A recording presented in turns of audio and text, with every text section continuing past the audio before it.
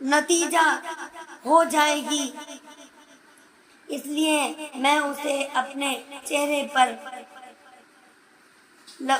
پھیر رہا ہوں تاکہ میں اپنے خالق سے ان لوگوں کے ظلم کی شکایت کر سکوں۔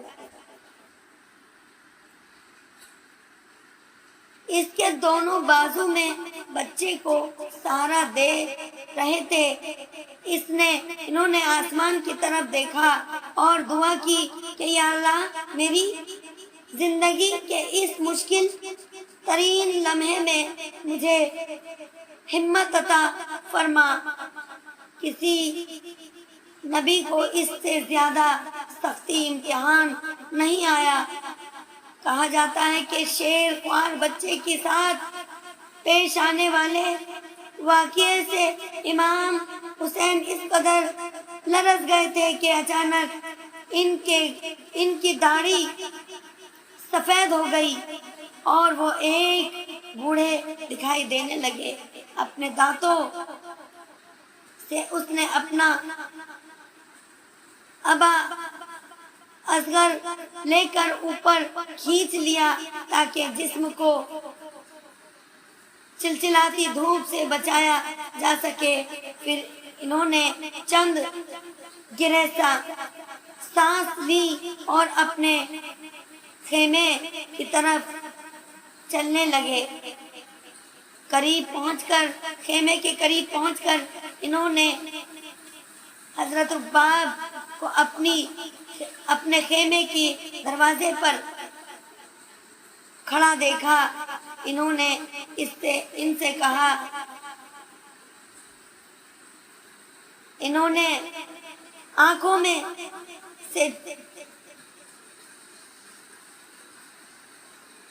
چیخ اور امید، خوف اور بے چینی دیکھی۔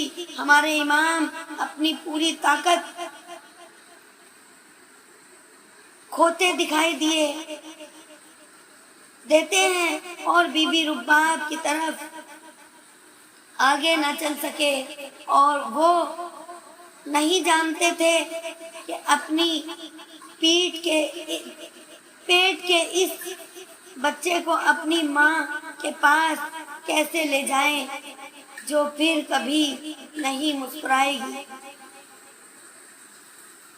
انا للہ و انا الیہ راجعون کہتے ہوئے وہ 7 قدم پیچھے ہٹے، رک گئے اور سوچا کہ بچے کو اپنی ماں کے پاس لے جانا چاہتے۔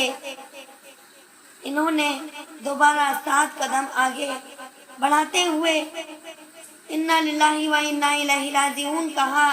ایک بار پھر انہوں نے آنکھیں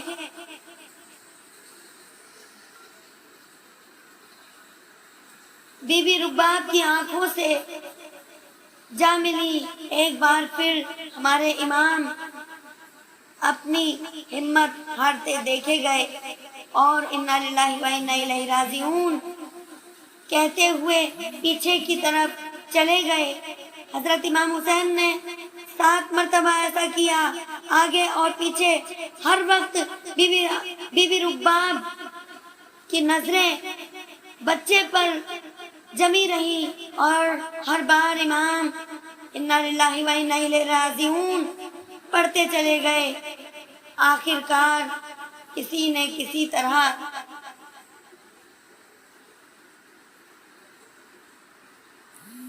ان کے تیر کو ہٹا دیا۔ اب وہ مردہ بچے کو بی بی رباب کے پاس لے گئے۔ بی بی رباب نے اپنے شوہر کے خون میں لت پت چہرے کی طرف دیکھا اور چیخ کر بولی، یہ میرے بیٹے کے ساتھ کیا کیا؟ کیا اس کو مارنے سے پہلے انہوں نے اسے پانی کا ایک قطرہ بھی نہیں پلایا؟ حضرت امام حسین نے فرمایا، میں نے ان سے التجا کی کہ اسے پانی پلائیں، لیکن انہوں نے اسے خون سے بھگو دیا۔ بی بی رباب نے کہا کہ علی اصغر کو اپنے ہاتھوں سے دفن کر دوں۔ چنانچہ وہ تلوار سے قبر کھود کر اپنے بچے کو صحرا کی جلتی ریت میں دفن کرنے بیٹھ گئے۔ اس کے بعد انہوں نے نظر اٹھا کر کہا، اے قادر مطلق، خدا گواہ ہے، گواہی دیں گے کہ میں نے آخر دم تک اپنا فرض ادا کیا۔ جب امام حسین کا سر قلم کیا گیا اور قتل کیا گیا تو ابن زیاد نے اعلان کیا کہ جو کوئی امام حسین کے تمام ساتھیوں کے کٹے ہوئے سر لائے گا اسے انعام دیا جائے گا۔ بالاخر تمام حسین کے ساتھیوں کے سخت سروں کو لایا گیا۔ ابن زیاد نے 6 ماہ کے بچے حرملہ کے سر کے بارے میں سوال کیا۔ یزید کی فوج میں اسے ایک نے بیان کیا کہ اس نے امام حسین کے ابن علی کو اپنے بیٹے کو دفن کرتے دیکھا ہے۔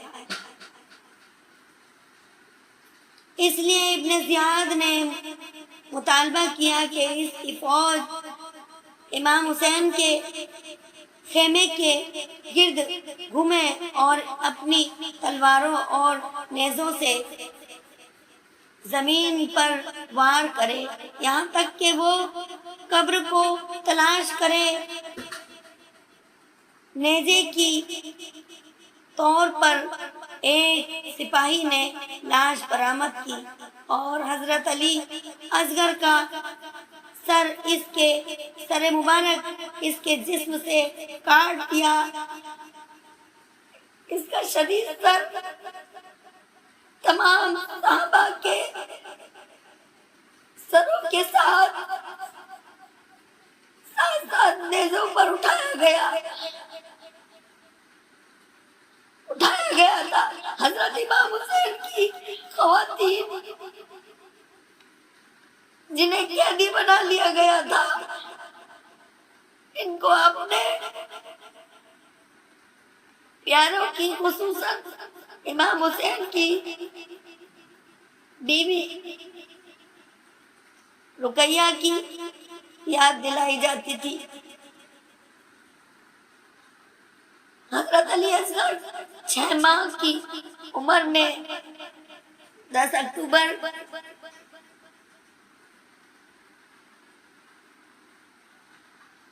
680 10 محرم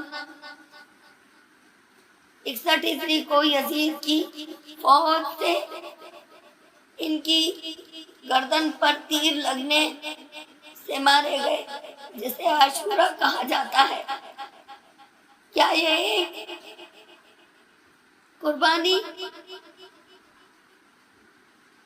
بھی ہر انسان کے دل کو چھونے کے لیے کافی نہیں؟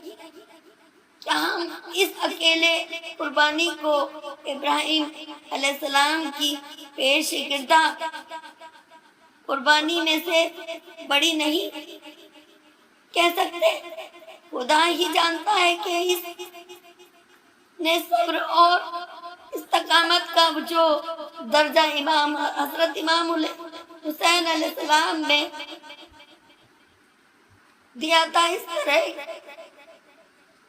کہ ناقابل برداشت آفت کے سلسلے کو برداشت کرنے کے لیے،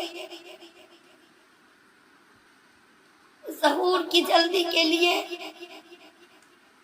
اللہ سے دعا مانگتے رہو، یہی تمہاری فتح ہے۔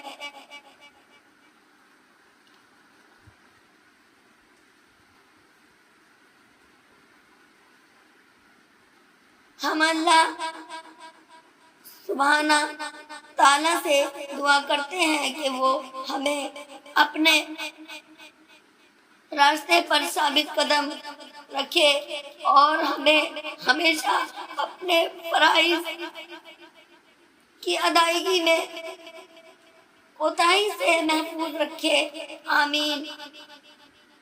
اے اللہ، ہمارے آقا امام زمانہ علیہ السلام کے ظہور میں جلدی فرما اور ہمیں اپنے مددگاروں اور سپاہیوں میں شامل فرما۔